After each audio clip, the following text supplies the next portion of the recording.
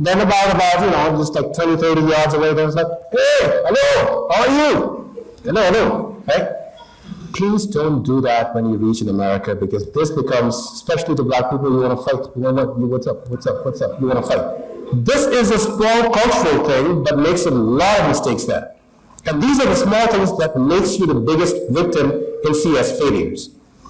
And then in India, in your local language, what is your problem is translated as what is the problem phenomenally. You understand, the patient understands, there's no derogatoriness.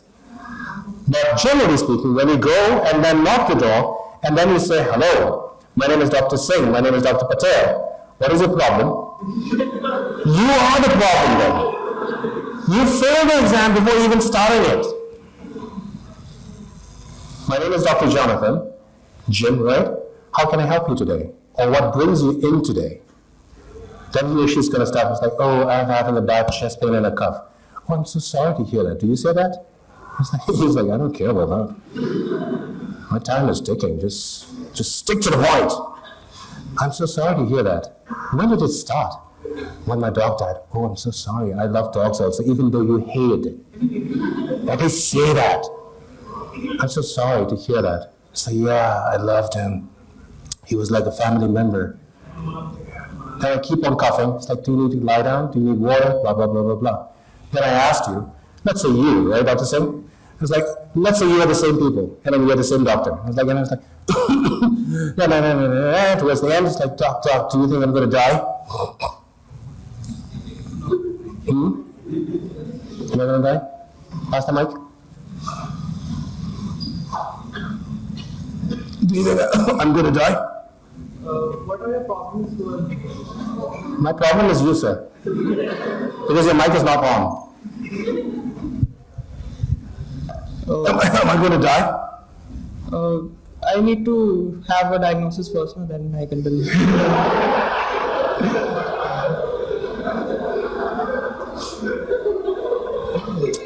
There's no political talks here. There's not a campaign going on.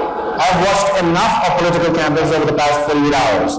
Okay. I'm asking you a do or die situation. Will I die or not? No, you won't die. Thank you very much. You failed to answer. Who are you guys to tell me whether I'm going to die or not? I know in India, the cultural thing, like most of the Southeast Asian countries, will I die? Don't worry. We'll do our best. Keep faith in the God. And then if he's staying alive, well and good. You saved him. The ships go wrong and they die, and then I heard that you guys get beaten up, right? Because you lied. But in the Western world, you cannot say that you're going to die or not. The diplomatic answer is, Jonathan, I know and understand that you are in a very dire state of apprehension, but remember this, you are in a very safe hands. I've been practicing medicine for 25 years, even though you graduated yesterday, who cares?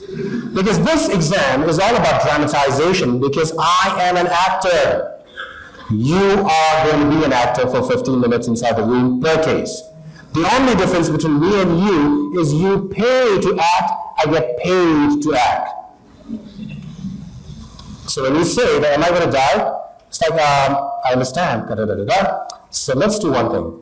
So let me ask the nurse to come in and draw some blood, do some chest x-ray, and then once I have the results, then we can talk more about it in detail. Now to the question is like, doc, I'm having so much pain, can you give me medicine? Generally what you do is like, yes, okay, don't worry about it, I'll give it to you. The answer is also wrong. You have to just pass me through. It's like, yes, I do understand, but there could be some complications, so let me get to the bottom of it, and then only I'm going to give you some medication. But let me just get this thing done as soon as possible so that we can just relieve you as soon as possible as well. Good. So that is exactly what's going to happen in step 2CS. Step 3, like I said, 5 same clinical subjects like you did in step 2 CK. And moving forward, it's going to be tested mainly on crisis management and post-management. Right? It's more or less the same thing. Let us say in step 1, let's go to rewind. Step 1, they said who did it? How did they do it? Why did they do it? Step 2 CK, you said it's TB, right? TB, micro-TB, and endoplastic, and then step 2 CK, it's like, are you sure? Do you confirm it? And then yes, we confirmed it. It's only that animal called the micro-TB, and then we confirmed it by doing this test, and then you managed me by giving what drugs? RIPE, right? Rifampicin, isoniazid, pyrazinamide, and ethambutol. And then I go, right? That's step 2 CK. Step 3 on the other side, after 2 months or 3 months or 2 or 3 days also, the same patient comes to you like this. Doc, you gave me this medication, but now after taking the medication, my right side of the body got paralyzed. What are you going to do next? Post-management, drug interactions, complications, that is going to be testing you on step 3. All right, step 3 questions, quick. Same patient, the question changes now.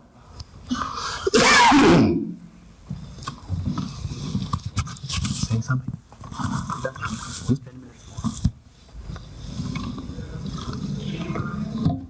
I know most of you guys are on the step 3 level, so I'm going to skip it through. Answer is drug interaction between phenytoin and the anti-TB drugs, so obviously it's going to be increased chances of seizures. Good. So now we already know and understand what each exam is going to be like. So when you approach the USMLE exam, step by step, think that you are just that person when you were in the basic science time. Don't try to think that you're a rocket scientist, because when you think, then you're going to fail. All right.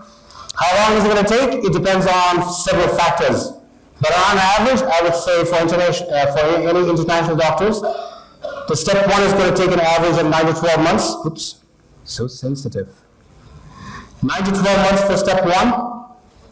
4 to 6 months for step 2 CK, 1 to 3 months for step 2 CS, and depending upon how strong your CK is, it's going to range anywhere from 3 to 4 months for your step 3. So this is the average ballpark of not just passing the exam. Every time I nail it on the head, don't think about passing. Think about getting the highest score, more than 250 plus, otherwise there's no use, right? Good. Facts about matching. So these are the basic criteria of what you need to be an attractive candidate to get into residency interview. People normally say, I want to get matched. Yeah, that's good. But if you don't have any interviews, you'll never match. So your first thing is going to be get the higher scores. After each and every steps are done, then try to get the interviews. After getting the interviews, then you have to perform the best during that 15-20 minutes per interview that you would be sold. All right? So these are going to talk about scores, years of graduation, failed attempts. Please do not take the exam when you feel that you're not ready. Do not even take the exam when you're comparing yourself with passing or failing. Think about whether you should go with the test when you're thinking about getting a 260 versus 250 versus 270, right? Because if you get stuck with a failed attempt, then you would rather take the exam and postpone the exam next session rather than taking a plunge and failing, because you have a dark scar which is going to be really tough for you to remove it. All right? And obviously, like I talked about, all the step scores are going to be important. So let's give an example of this. Anybody who scored anywhere around 200, he has a chance of 20% match. Now, as and when the scores goes up higher of 250 plus, your chances of getting residency interviews or getting matched soars up to 85+%. All right? So these are the average scores. So obviously, when I said average, don't think that it's going to make you happy, because this is average scores of domestic US medical students as well as you guys. So this is going to be a good mix of it. But for you guys, you have to think about 250 plus is the bare minimum that you should be dwelling into. Decision factors, ultimately in a brief, this is what I am going to decide whether you're going to come for interview or not. Scores, application package, meaning clinical experiences, letters of recommendations, personal statements, etc., etc., etc. And then how did you perform your interviews? So the reason why I normally recommend people to come to the United States to do their rotations or even take the USMLE preparations in the US is that maybe you're a good academic person, but you're not a social skilled person, communicable person, right? And then obviously accent doesn't really matter, to be honest. Accent doesn't matter, but if you don't have the people skill, then I'm going to think like, you're a rocket scientist, but I don't think you're going to be a good mix with the remaining team members, because you have to spend the time as a family during the residency period. The ranking systems, and obviously finally the match. All right, now quickly through why Kaplan, because obviously I don't need to sell the idea about why Kaplan and all those things, but it's a part of the presentation deck. I would say that we have been in this USMLE business for about more than 40 years, and we are the oldest company who have started working with the US medical schools, which was originally designed for medical exams for USMLE. So all the faculty members, we have veterans in terms of USMLE exams.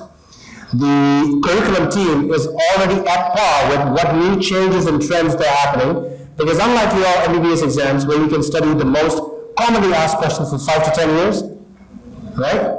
That's what you do, right? You go to one of the bookstores and you just like, can you give me that most commonly asked questions? Then you remember and memorize about a couple of them, and then it's fortunately that the same thing might come. But in the USMLE exam, every season they're going to flush out all the questions which was too easy for you guys and replace it with something, or they're going to use and remove all those tough questions with majority of the pool of populations were not able to answer.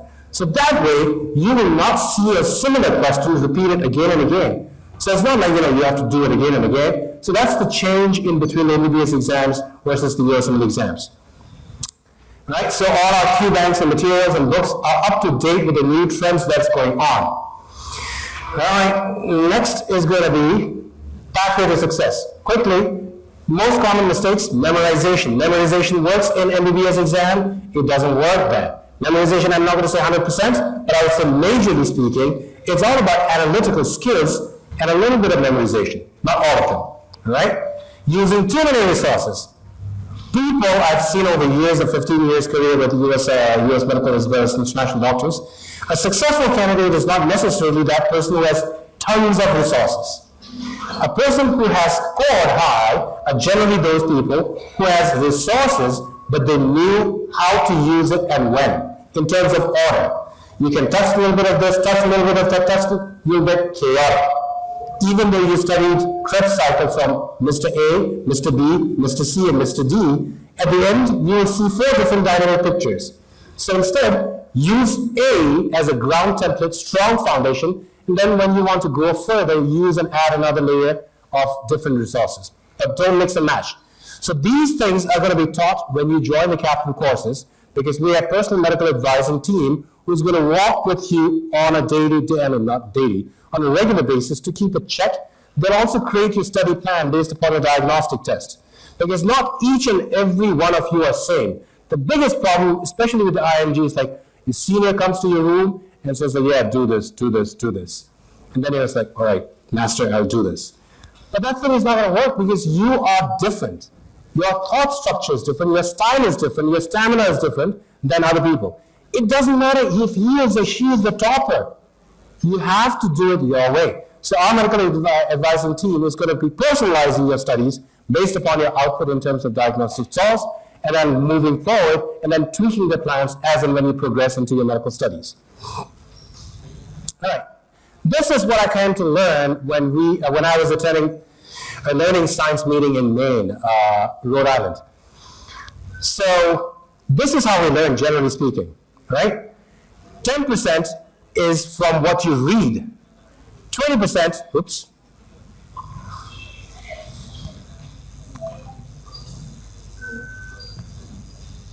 Okay.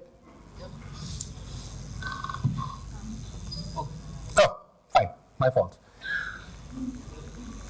20% is what you hear, 30% is what you see, 50% is what you hear and see, 70% is what you repeat and say, and 90% is what you practice and repeat. Which means we think that when we start studying, it's only about this and this, right? In fact, it's all inclusive of all the 5 senses. All right. This is the proven approach for successful students or candidates. Master the contents through the materials from Kaplan books that we'll give you. Add it up another layer by using the on-demand videos. Start doing the assessment checkpoints and quizzes questions to make sure that whatever you read in the last hour, you got that career. And then sit in for the live lectures or the live online lectures. By the time you sit here, you should be at least done at least 1 round or 2 rounds of the resources. Because I'm expecting my kids to be sitting in the classes here, either live or live online, when we are somewhere in the 60 to 70 percentile in terms of recording performances.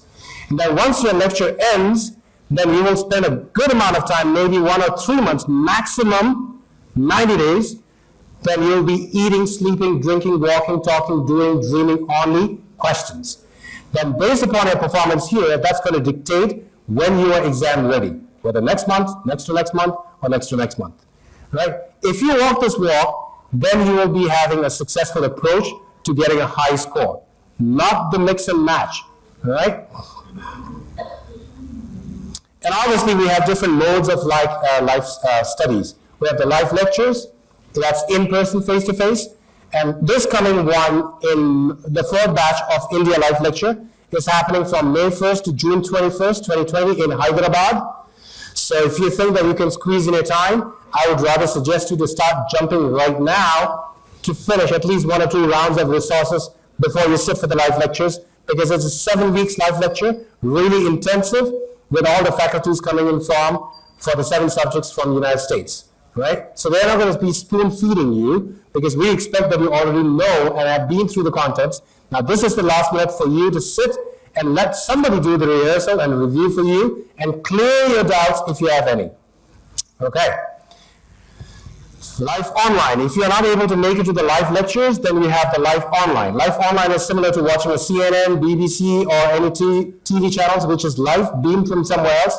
The only difference is that you can chat with the faculties and then ask questions in the middle, right? This is live, and this is, if you're at home, then you're watching me live. If you have any question, then I'll be answering it. It's like, oh, Dr. La, you asked me some question, so our answer is this. If I miss that question, then behind at the back end, during my class, there are doctors who will pick up your question and then answer back to you. So that's live online. And we have on-demand videos, which is something similar to Netflix or on-demand videos that you can watch. Right? You have a subscription, you can just pause, rewind, fast forward whenever you want to, and then take it at your own pace. All right? Comprehensive resources, they all come with the lecture notes, on-demand videos, all the quizzes, diagnostic tests, examinations, and 2 full length of simulation exams. And QLank as well. So this is how the on-demand looks like. They have different subjects, right, broken down into systems. So let us say, for example, that you attended today's class. Today's class was anatomy, right? Anatomy, the topic was what? Cranial nerves. So in the morning, you go to class from 9 to 1 to 2 to 3. Right? What I would like to expect is like MBBS studies, cranial nerves, 1 to 4, whatever time you have. I want you to come back home, take a little bit of rest, shower, freshen up, just like you do. Open up the Kaplan book on cranial nerves. Read cranial nerves from Kaplan book, and then watch the video section on cranial nerves from Kaplan videos. Okay? And then there will be a cranial nerve quiz section, and then there will be a little bit of questions on cranial nerves.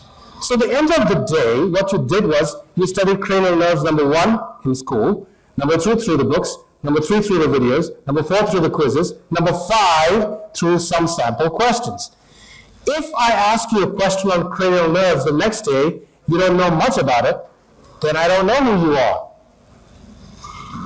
You did not study USMLE, you did not study MBBS, you just studied medicine. Now, by doing that religiously and piously every day regularly, what you have done is 2 things. 1, you mastered the basic sciences for your MBBS exams and get the higher scores. But at the same time, after you finish your basic sciences, if you take a pause, you would be good to take the USMLE exams much more during the time before you graduated, rather than waiting and getting rusted.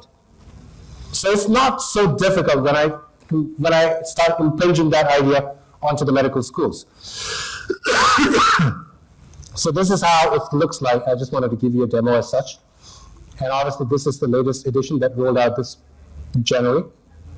And this is what I talked about. In school, you learn, and after school, you use those resources, and at the end, you can have the long-term memory, good to go, and be ready for the test.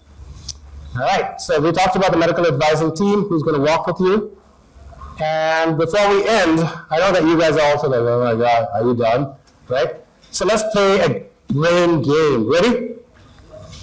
Yes? So everybody's like, yes, that's cool. All right. How many ifs are there in this sentence?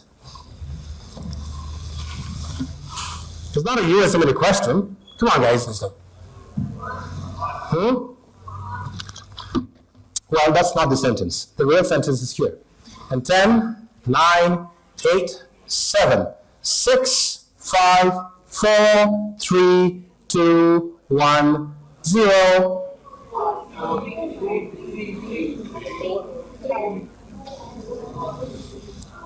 1, 4, 1, 3, 2. Come on, guys. What happened to you? 1, 2, 3, 4, 5, 6. Oh no. What happened, Debbie? This is very similar to USMLE question. You have a long question, shortage on time, long duration of exam, and then if you just miss a single point, then your question gets wronged. So it needs a lot of practice for USMLE questions. It's not a game as such, but what I wanted to show you an idea was, this is how focused you should be from the beginning to the end. Studying USMLE is not just 1 or 2 months like you study for MBBS. You have to start inculcating the habit from day one when you're in compass for the journey. All right? All right. I have a few questions, but I know that you've been doing questions a lot of times every day anyways. All right, now let's do this.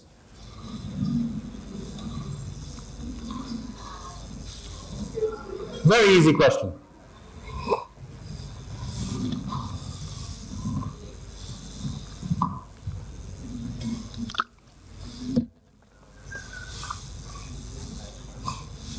Right, I'll give you a clue. It looks very complex and scary, right? Whenever you come across complex and kind of a question, just be happy, pat your back. It's going to be the simpler one. But if you see few lines, just simply beautiful looking kind, those are the hard ones. All right, just to wrap it up, just to give you an example, right? What I'm trying to say here in this messaging is, don't be like, oh my God, because that's what I felt when I saw this question. Blah, blah, blah, blah, blah, blah, blah, blah, blah. I don't care. They're all Greek words to me, right? And honestly, when I first read this question, I went around 10 or 12 times, never meant anything to me. You guys play Sudoku, right? Yeah? Play Sudoku here. Let's have fun. Go with the question here. On which chromosome is the gene for hex A found? Meaning, they're asking you, where do you find an exact photocopy of hex A gene on these chromosomes? It's exacto. Simple, right? It's like 15. It's simple, right? So obviously the answer is 15. It's that. So when you look at those questions, don't rackle your brain. Sometimes you have to use your common sense. Just put a pause, use your common sense, move forward. All right. So that's a few questions. Running short of time, so we'll get. Oops. I will take a few questions. I'd like to thank you for all, and take a few questions if you have any, before I switch it over to Abhishek. Please. Mike? Where's the mic? Pass it on? Is it on? Yeah.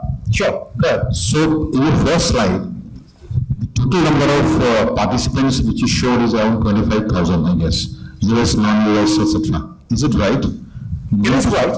So total worldwide, 25,000 people participate in the US. If you add the 3 brackets, yes.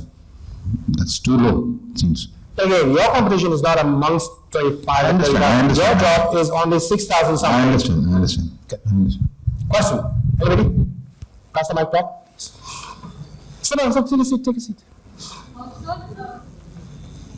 So like we mentioned the importance of scores. So I would like to know what else do we need other than scores? Like how can we build our CV? What all we can do, which includes research or medical quizzes, conferences, and what's the actual importance of those in the USMLE selection?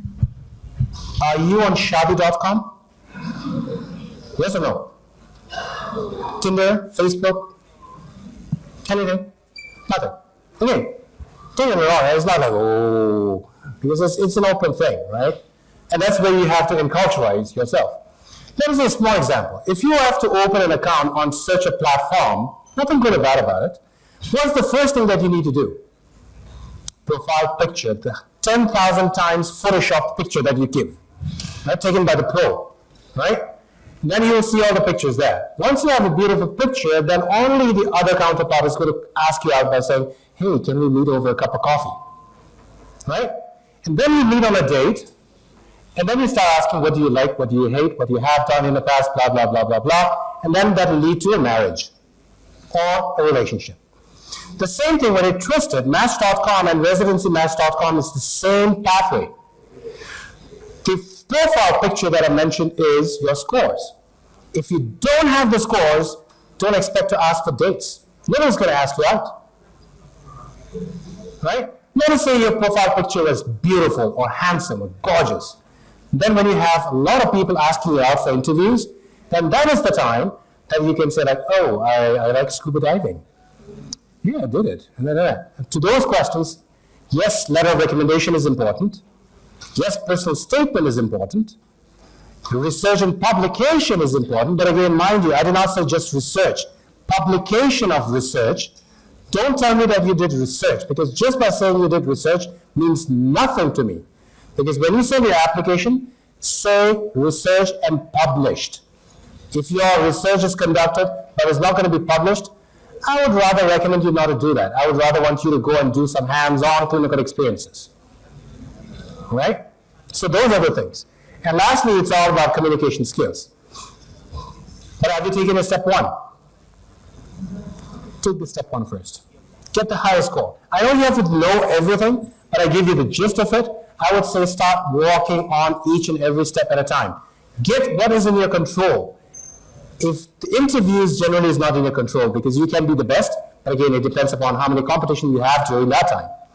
So walk one step at a time, then you'll be much more better and much more saner. Okay?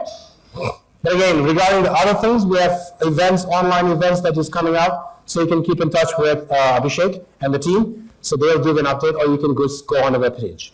Next question.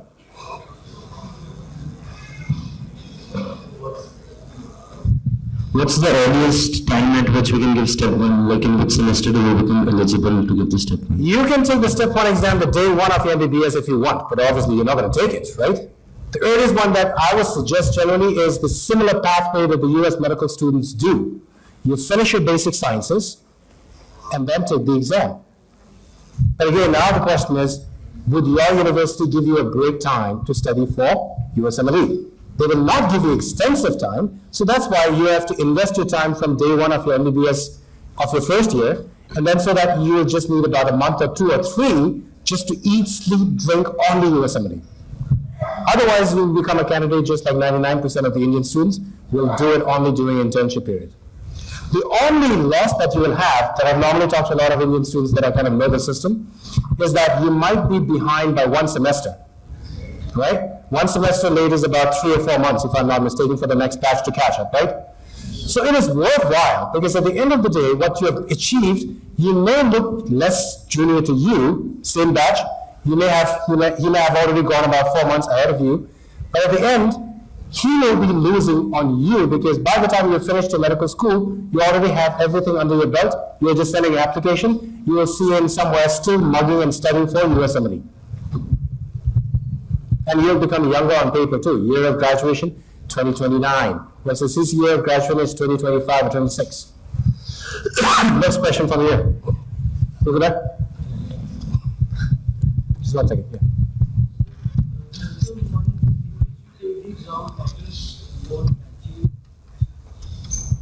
Does the month in which you take the exam matter? To be honest, officially speaking, no.